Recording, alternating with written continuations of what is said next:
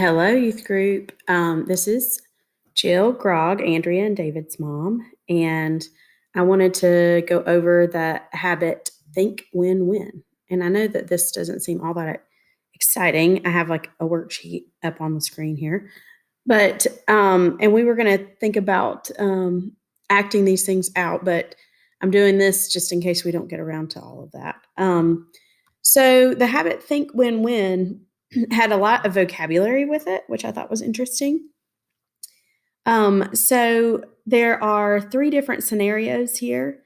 Win win is the one that you want to go for, and lose lose and lose win are obviously the bad ones. So some of these, me and my sister were trying to figure out how they corresponded to the different vocabulary here.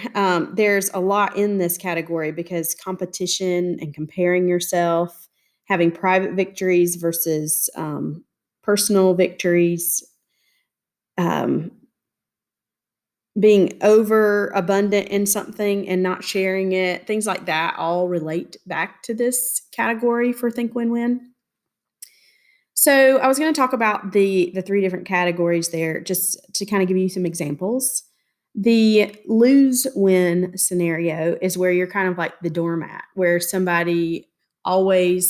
you're always letting somebody else go first. You're always opening the door. You never let anybody else open the door for you. So if you're always the one that opens the door, I remember thinking that's so nice when people open the door, and it is. It's great for you to open the door. But if you're always the one to open the door, then you get kind of like this lose win scenario where you're always the last one inside. And sometimes that can be a detrimental thing to you. And also, other people kind of feel like they can step on you a lot. So it's not a healthy attitude to have all the time. There's another one where it's lose lose. And the lose lose is where if you're losing, you want other people to be losers too. So if I can't have all of the potato chips just because I can't eat potato chips, then I don't want anybody to have potato chips. So maybe I just don't buy them for my family. Or chocolate, say you're giving up chocolate for Lent, say, okay, if I can't have chocolate, then nobody else in the household can have chocolate, even though that wasn't their choice. So those are kind of silly examples for lose lose, and they are food examples, of course. But I figured you could kind of relate to that. There's a lot of situations in life that are lose lose situations. The where you want to stay is the win win category, where you help yourself, but you also help others at the same time. So you want to have your own victories and then help other people see their victories and help them get there.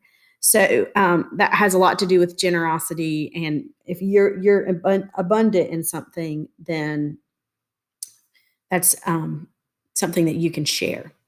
All right, so here's some questions that we were going to give you if we would have done this in an actual youth group setting. So if you wanted to just think about them, or maybe get out a piece of paper or journal and write down these questions, because I think that these are really good, thought-provoking things. So pinpoint the area of your life where you struggle with comparisons. So that's something. Comparing and competing are big things for being in the lose-win or lose-lose category. And not being in the win-win category. So your clothes, your physical features, your friends, attention, talents, etc.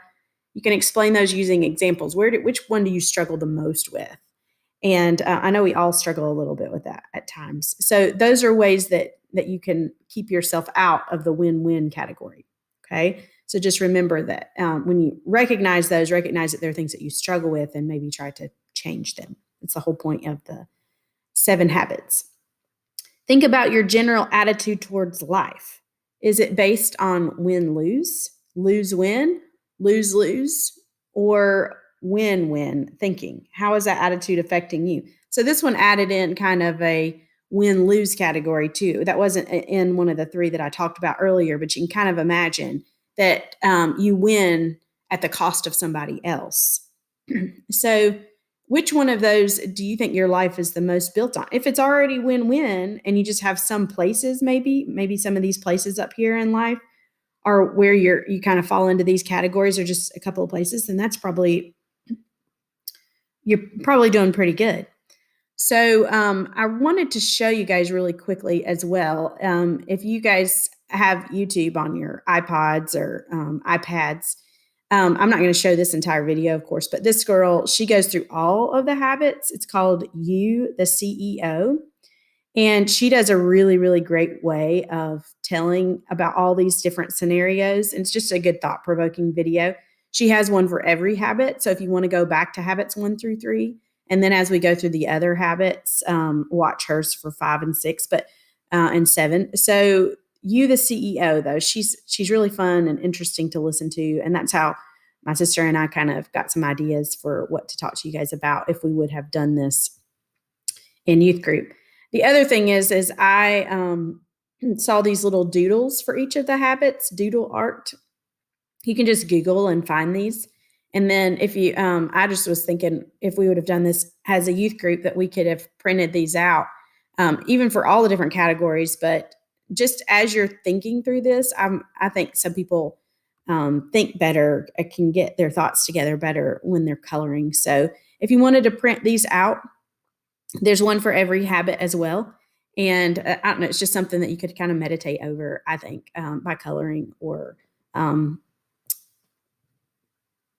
sketching on these. So anyway, so that's what we were kind of thinking for those. We were thinking about acting them out. You can kind of imagine what that would have looked like. And maybe if I have time, I'll create another video of acting these situations out. So all right. I hope you guys are having a great week. And we look forward to seeing you in Zoom on Sunday to kind of look at this and have Bible verses and things like that that relate back to this category. I'll talk to you soon. And one last thing, how the habit relates back to the Bible. This is a Bible verse that we've seen a lot, and I know that you guys have read it quite a few times. Matthew 7:12, treat others the way you want to be treated. This is kind of a simplified version. Do unto others as you would have them do unto you. And then the actual, or one of the more lengthy versions of this, these are obviously kind of truncated ones. This is from, the Golden Rule is from the Sermon on the Mount, which is one of the most famous sermons of all times. If you want to read the whole thing, Matthew 5-7, I'm sure you'll see a lot of the habits in there. But Matthew 7:12, therefore all things whatsoever you would that men should do to you, do ye even so to them, for this is the law of the prophets.